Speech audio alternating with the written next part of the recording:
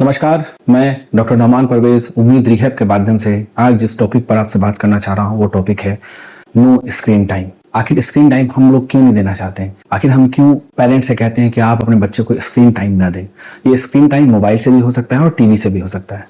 ये देखा गया है कि जो भी ऑटिस्टिक डायग्नोसिस वाले पेशेंट्स हमारे पास आते हैं, अगर उनकी हिस्ट्री हम लेते हैं तो उस हिस्ट्री में कहीं ना कहीं स्क्रीन टाइम का इन्वॉल्वमेंट होता है और आजकल तो ये बहुत देखा गया है। यहाँ तक कि हम लोगों ने एक खास ऑटिज्म ही एक खास कंडीशन जिसे हम वर्चुअल ऑटिज्म कहते हैं, ये भी हम लोगों ने डायग्नोस करना शुरू किया। क्योंकि जब हम गार्जियन से इस बारे में बात करते हैं कि आखिर आपका बच्चा तो पहले बोल रहा था और फिर अचानक से वो स्टॉप क्यों हो गया, ये रिग्रेशन क्यों हुआ, ये इस बच्चे ने बोलना क्यों छोड़ दिया पापा और मम्मा, गार्जियन इस बात को कहते हैं कि जी सर 8 या 10 महीने के बाद हमने इसे स्क्रीन दे दिया, हमने इसे हाथ में मोबाइल दे दिया। आखिर क्या कारण है कि मोबाइल देने से वर्चुअल ऑटिज्म या ऑटिज्म के सिम्टम्स डेवलप हो जाते हैं? आइए इसे जानते हैं। क्या है मोबाइल? मोबाइल एक ऐसा स्क्रीन है जो आसपास के इन्वायरमेंट से हमें दूर कर देता है। ये खास के देखा गया है कि हम लोग भी अगर स्क्रीन देखते हैं, मोबाइल हाथ में लेके कोई प्रोग्राम या कोई रील्स देखते हैं तो हम अपने आसपास के इन्वायरमेंट से कट जाते हैं। ये भी देखा गया है कि कई कपल या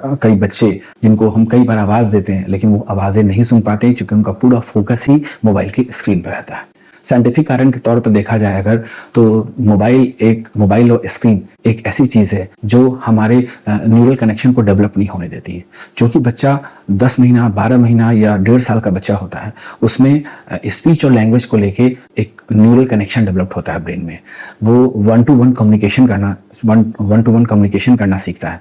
मोबाइल में ये कंडीशन स्टॉप हो जाता है क्योंकि मोबाइल आपसे सवाल नहीं करता, मोबाइल आपको ये नहीं बताता कि तुम्हें दर्द हुआ तो दर्द का क्या एहसास हुआ, तो एक्सप्रेशन, तो शरीर के अवेयरनेस है उसमें कमी आती है। तो बच्चों का न्यूरल कनेक्शन उससे इफेक्ट होता है और स्पीच और लैंग्वेज के डेवलपमेंट में कमी आना शुरू हो जाती है। दूसरा ये भी देखा गया है कि हमें टाइम का भी पता नहीं चलता है। तो जो बच्चे स्क्रीन पे ज़्यादा रहते हैं उनको टाइमिंग का भी इश्यू होने लगता है। उन्हें ये भी पता नहीं चलता है कि कब दिन हुई, कब रात हुआ, कब शाम हुआ, कब हमें कौन सा रूटीन वर्क करना है और वो उसी में खो जाते हैं। मुझसे कई गार्जियन ये पूछने आते हैं कि हमें जब भी बच्चे को शांत करना होता है तो हम मोबाइल दे देते हैं, हमें जब खाना खिलाना होता है तो हम मोबाइल दे देते हैं, तो हम क्या करें? बहुत हद तक आप कुछ हद तक मोबाइल उसे दे सकते हैं, शुरुआती दौर में आप कुछ हद तक मोबाइल दे सकते हैं, लेकिन उसमें भी दिखाना, आप उसे कार्टून ना दिखाएं, आप उसे वो लाइट और फोकस वाली चीज़ें ना दिखाएं। अगर आपको दिखाना है तो आप नॉर्मल इंसान जैसे क्रिकेट दिखला सकते हैं, आप उसमें एनिमल्स जो रियल एनिमल्स हैं वो दिखला सकते हैं। रियल टाइम में बच्चे को रियल चीज़ें दिखलाना सही रहता है।